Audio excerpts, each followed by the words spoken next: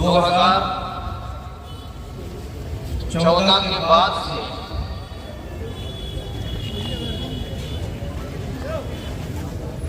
इस्लामी तारीख पर जुल्म जबर के पहाड़ तोड़ने का सिलसिला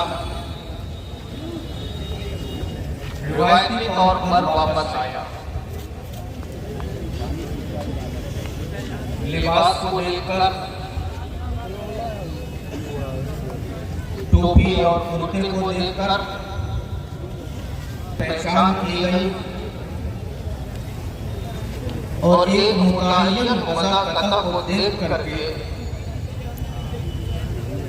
हंटर और घोड़े चलाए गए। साउथ से लेकर के नॉर्थ तक, ईस्ट से लेकर के वेस्ट तक उर्दू में बोले, तो शिमाल से लेकर के जनूब तक और मशरिक से लेकर के मगरिब तक प्रशासन के तमाम जिम्मेदारान और अहदेदारान अपने दिल पर हाथ रखकर अगर वाकई दिल रखते हैं तो बताएं कि हेड स्पीच कौन कर रहा है।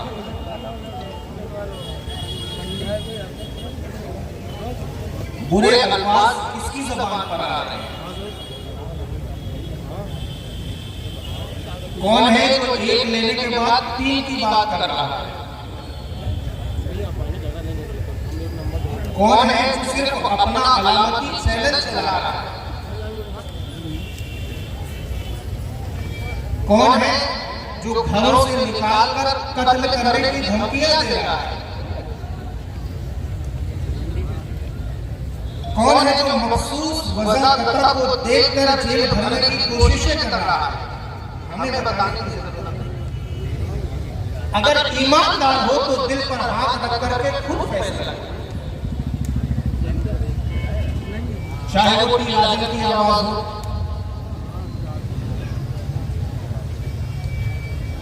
चाहे वो ऑनरेबल मिनिस्टर की आवाज हो, चाहे वो आम से लीडर की आवाज। किसने क्या कहा, कौन रिकॉर्ड, आज आप नहीं सुनेंगे, आपकी नस्ल आकर के 25 साल बाद सुनेगी। आप ही की ज़बान का जुमला है। देर है, अंधेर नहीं है, आप ही का। हम जो यहाँ इकट्ठा हुए हैं, ना तो कोई लड़ाई का इरादा रखते, ना तो किसी तरह के प्रचार का इरादा रखते, सिर्फ एक इरादा,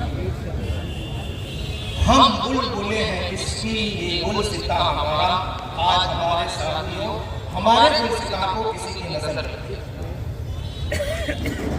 इस गुलसिता में बहती हर एक बुलबुल अपने दिल में खौफ और हरास महसूस करती है।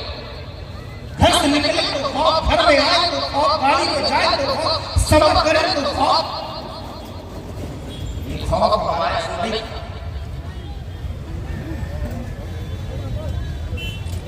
और जब खौफ हद से ज्यादा बढ़ता है तो फिर कमल खिलता है। कभी कमल इमाम अहले सुन्नत की शक्ल में खिला था, कभी कमल मुजद्दिद अल्फ़सानी की शक्ल में खिला था। इसी मध्य प्रदेश की सरजमीन पे कभी कमल कुरान मिल्लत की शक्ल में खिला था। और आज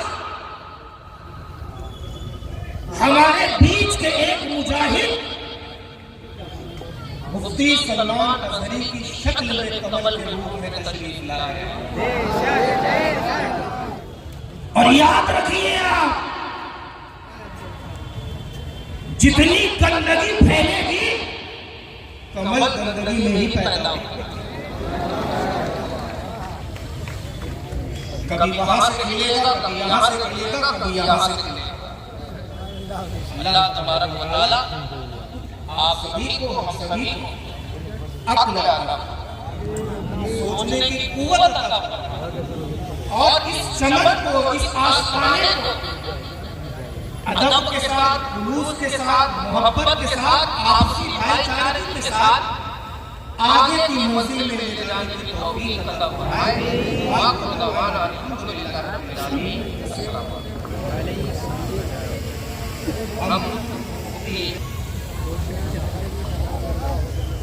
अब आप तमाम हज़रात सुन लें, आप लोग यहाँ क्यों आए हैं, क्या मकसद है। ऐलान तो आपको बताया गया था, ऐलान में खामोशी बनाए रहे, दुरूद पाक पढ़ते रहे। अब मैं आली जनाब रईस भाई साहब को आपके सामने पेश कर रहा हूँ। यहाँ पर मौजूद तमाम मोहतरम बुजुर्गों और अजीज़ मेरे नौजवान भाइयों, अस्सलाम वालेकुम। अपने मुल्क के जो मौजूदा हालात हैं उससे आप सभी काफी वाकिफ़ हैं। मुसलमानों के लिए जो 4 बहुत अहम मसले हैं, उसी में हम आपका आवाज रखते हुए हैं यहाँ पर राष्ट्रपति जी के नाम पर ज्ञापन देने के लिए। पहला मसला है बेगुनाह मुफ्ती सलमान अज़हरी साहब पर जो मुकदमे लगाए गए हैं, उसको वापस लेने के लिए राष्ट्रपति जी के नाम पर ज्ञापन दिया जा रहा है। मोहतरमा जी, मुफ्ती सलमान अज़हरी साहब ने गुजरात के जूनागढ़ और कच्छ में फिलिस्तीन के हवाले से अपनी तकरीर में जो भी अल्फाज कहे थे, वो बिल्कुल भी हेट स्पीच के दायरे में नहीं आते हैं।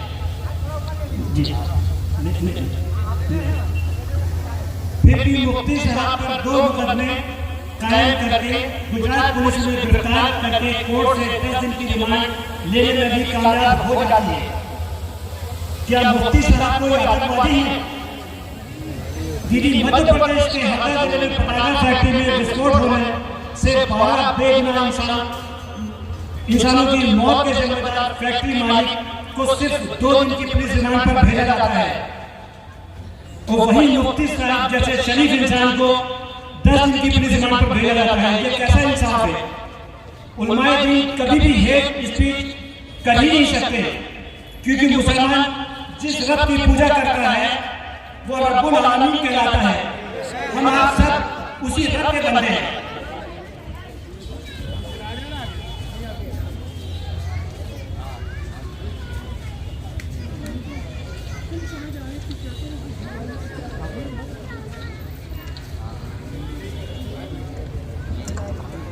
सन 2014 से मौजूदा सरकार जब से सत्ता में आई है, तभी से अपने मुल्क में प्यार, मोहब्बत व भाईचारा खत्म होते जा रहा है।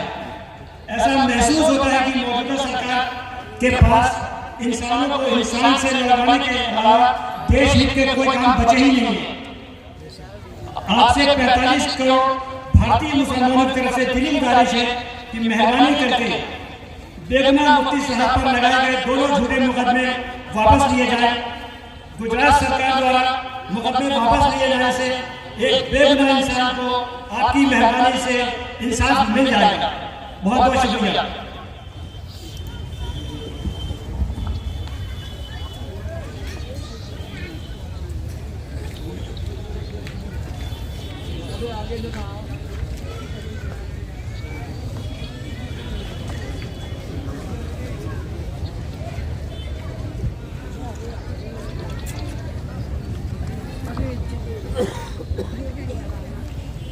वक्त की जायदाद पर केंद्र सरकार के जरिए नाजायज कब्जा करने की मंशा बाबा, अभी आप लोगों ने पढ़ा होगा पेपर में, आने वाले वक्त में 2024 के बाद केंद्र की सरकार की यह मंशा है कि जितनी भी वक्त प्रॉपर्टी है तमाम वक्त पहले भंग कर देंगे, वो पूरी तमाम वक्त की प्रॉपर्टी को शासन अपने अधीन में ले लेगा।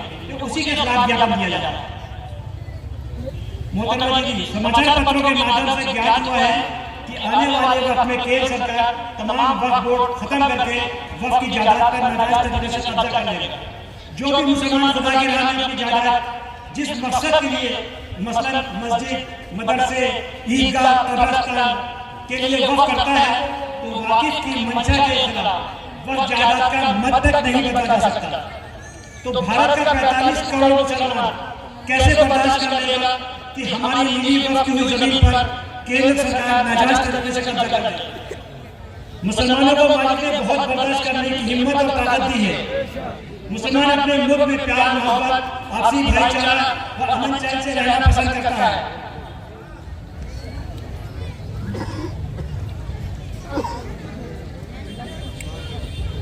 केंद्र की सरकार बिल्कुल भी नहीं चाहती कि अपने मुल्क में भारतीय आपस में प्यार मोहब्बत से रहें और न ही मुल्क में अमन चैन कायम रहे।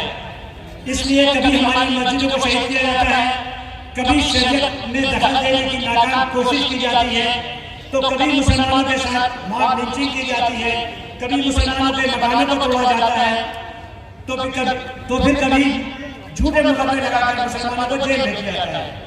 आज से 45 करोड़ से ज्यादा मुसलमानों की तरफ से दिली गुजारिश है कि मेहरबानी करके आप अपनी ताकत का इस्तेमाल करते हुए केंद्र सरकार पर दबाव डालें कि वक्फ की जायदाद पर सरकार नाजायज तरीके से कब्जा करने की कोशिश ना करे, नहीं तो मुसलमान अपने बुजुर्गों के हक हलाल के पैसों से खरीद कर वक्फ की हुई जायदाद को बचाने के लिए मजबूरी में सड़कों पर उतरकर पूरे भारत में इसका विरोध करेगा, जिसकी पूरी जिम्मेदारी केंद्र की सरकार की ही होगी।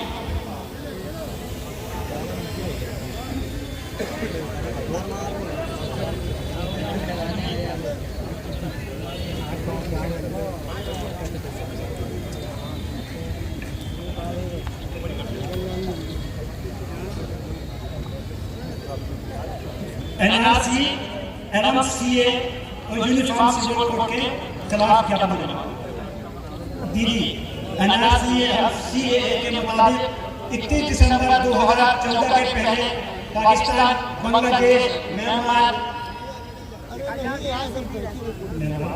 और अफगानिस्तान से आने वाले हिंदू, सिख, ईसाई, जैन, बौद्ध एवं पारसियों को भारत की नागरिकता देने का प्रावधान है, तो मुसलमानों को क्यों नहीं? मुसलमानों को नागरिकता नहीं देना भी तो नागरिकता छीनने के बराबर है। अपने मुल्क को आज़ादी दिलवाने के लिए आज़ादी की जंग में सबसे ज्यादा मुसलमानों ने ही अपनी जान की कुर्बानी दी थी। 54,000 उलमाए दीन के अलावा हजारों आम मुसलमानों ने अपने मुल्क को आज़ादी दिलवाने के लिए शहादत का जाम किया था। मौजूदा सरकार राष्ट्रीय सेवक संघ की रहनुमाई में ही सिर्फ और सिर्फ मुसलमानों को ही हर मामले में टारगेट कर रही है, जबकि मुल्क को आजादी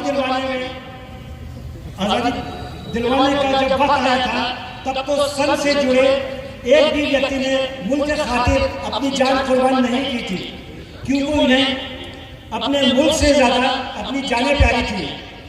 आज वही तथाकथित देशभक्त मुसलमानों से देशभक्ति के सबूत मांग रहे हैं। आज से तमाम देशभक्त भारतीयों की तरफ से, सभी समाज के देशभक्त की तरफ से दिली गुजारिश है कि मेहरबानी करके 31 दिसंबर 2014 के पहले भारत आने वाले मुसलमानों को भी भारत की नागरिकता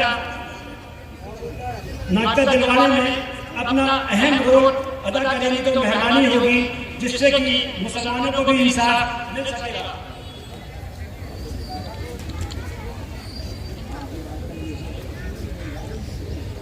इसी के साथ साथ भारत का मुसलमान यूनिफॉर्म सिविल कोड का भी बहुत सख्त लहजे में मजम्मत करता है। मुसलमान कभी भी शरीयत में दखल बर्दाश्त नहीं करेगा, क्योंकि ये इंसानों का बनाया हुआ कानून नहीं है। आपसे दिली गुजारिश है कि मेहरबानी करके यूनिफॉर्म सिविल कोड में भी आप अपनी ताकत का इस्तेमाल करते हुए केंद्र सरकार पर दबाव डालें कि मुसलमानों के जाती मामलों में दखल देना बंद करें।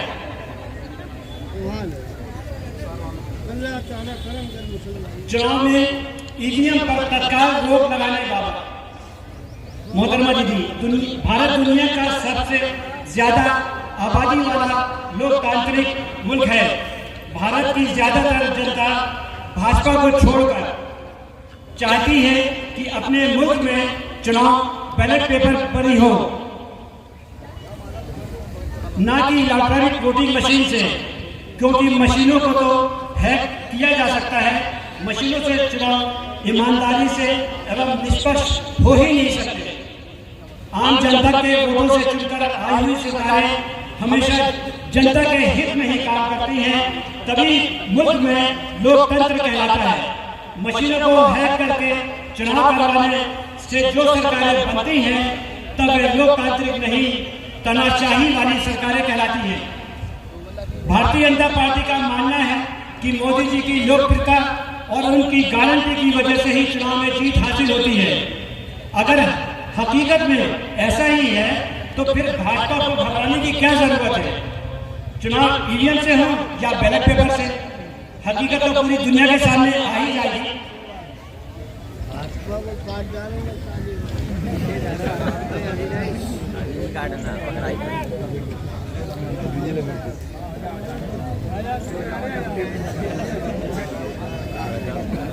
आपसे करोड़ों भारतीय की तरफ से दिल्ली गुजारिश है कि मेहरबानी करके देश में लोकतंत्र के हित में ईवीएम के जरिए चुनाव करवाने पर तत्काल प्रभाव से वोट लगवाने की पहल करें तो आपकी देशवासियों पर बहुत मेहरबानी होगी। बहुत बहुत शुक्रिया।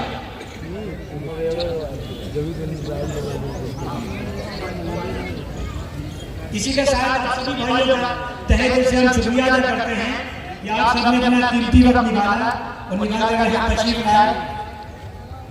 3:30 बजने वाला है, जो भी अधिकारी यहाँ पर तशरीफ लाए हुए हैं मेहरबानी करके वो ज्ञापन लेने आ जाए, उनको ज्ञापन सौंप दिया जाए।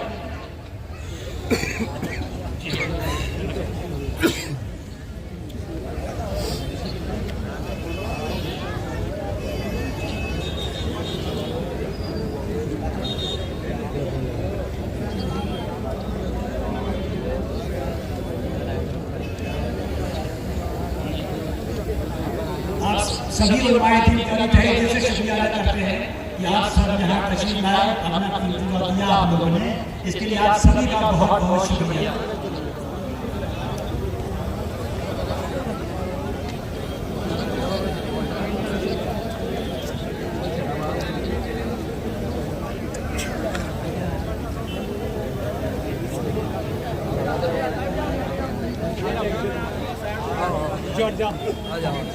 आजा थोड़ी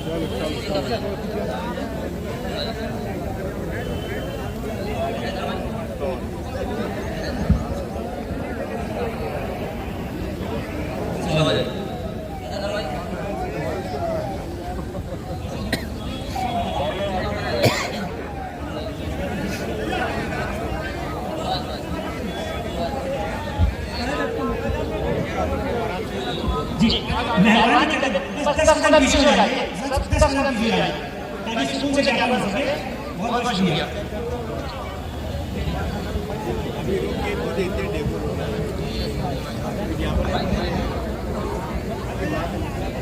जिम्मेदार आ जाए बस। हाँ जी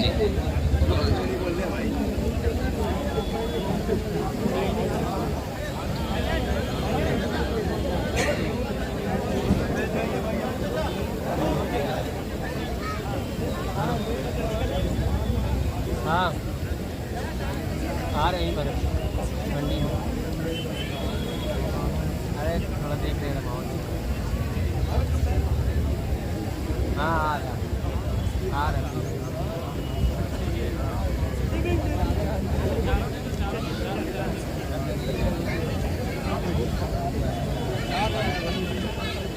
एक बजे ना एक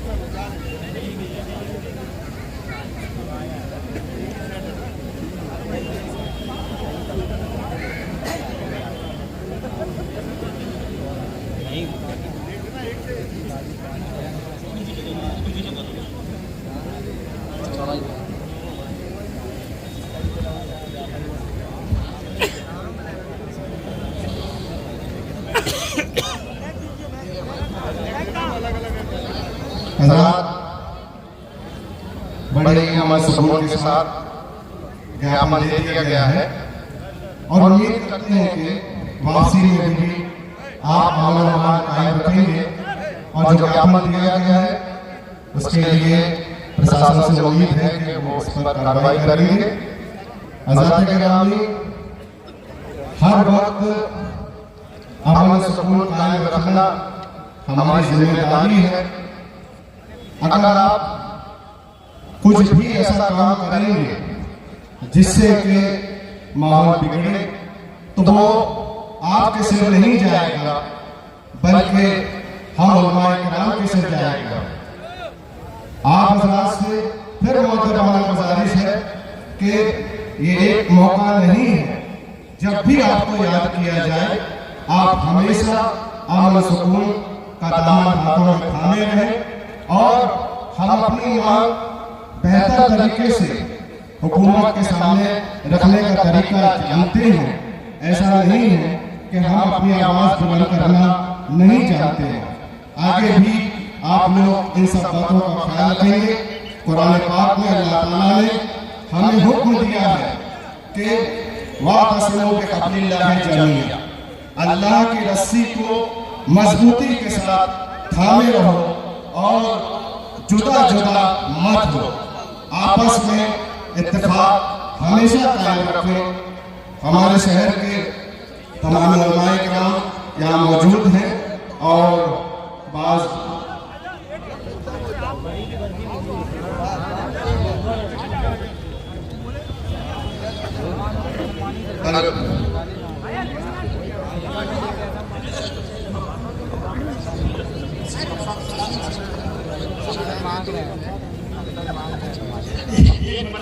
आप सभी हजरात का, नौजवान भाइयों का और पुलिस प्रशासन, जिला प्रशासन के जो भी अधिकारी कर्मचारी यहाँ पर तशरीफ लाए और राहगीरों को जो तकलीफ हुई उसके लिए हम माफी चाहते हैं उनसे, और शासन प्रशासन के अधिकारियों का, पत्रकार भाइयों का भी सबका तहे दिल से शुक्रिया अदा करते हैं। बहुत बहुत शुक्रिया आपका। आने वाले वक्त में हो सकता है कि केंद्र सरकार अगर अपनी मांगे नहीं मानती है तो सिर्फ जेल भरो आंदोलन खामोशी का जब ऐलान किया जाएगा तो आप सबको हमारे साथ जेल भरो आंदोलन पर चलना है। कानून के दायरे में रहते हुए ही हम जेल भरो आंदोलन शुरू करेंगे इंशाअल्लाह। बहुत बहुत शुक्रिया आपका, मेहरबानी करके आपका शुक्रिया।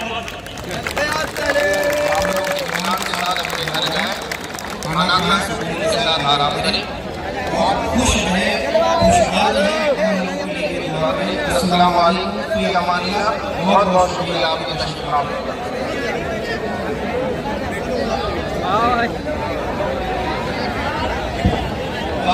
यहाँ खड़े होकर आप लोग अपने इत्मीनान से कर जाएं। नारेबाजी की जरूरत नहीं है। नारा जब लगाने की जरूरत आएगी तो अल्हम्दुलिल्लाह हम लोगों के अंदर ज़बान है। आपको सिर्फ अल्लाह अकबर बोलना है, नारे करके हम बोलेंगे।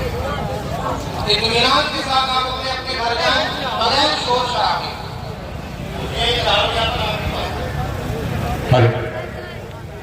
हजरत, आप सभी से गुजारिश है जिस तरह से आप सभी ने खामोशी से ज्ञापन में साथ दिया, उसी तरह से खामोशी से ही दरूद शरीफ पढ़ते हुए अपने घरों की तरफ वाबस्ता हो जाए।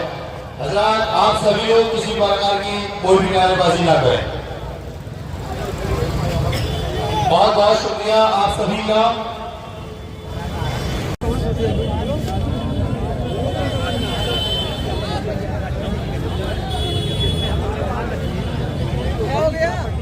केंद्र सरकार की पंचायत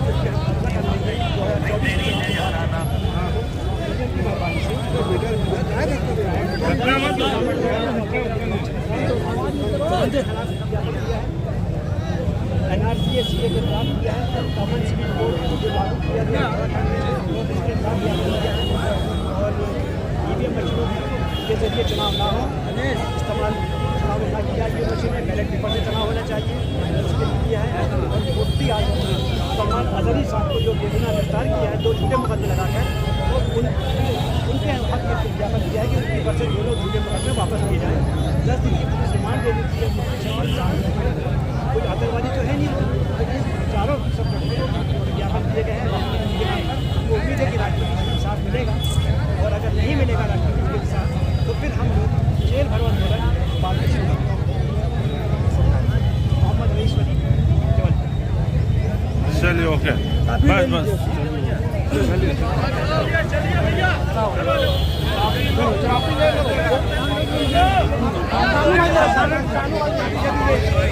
अरे सामने भैया,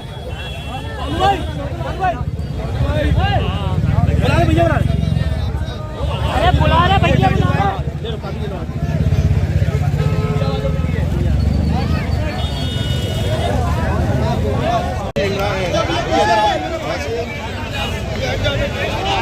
हट जाओ मेरे भाई।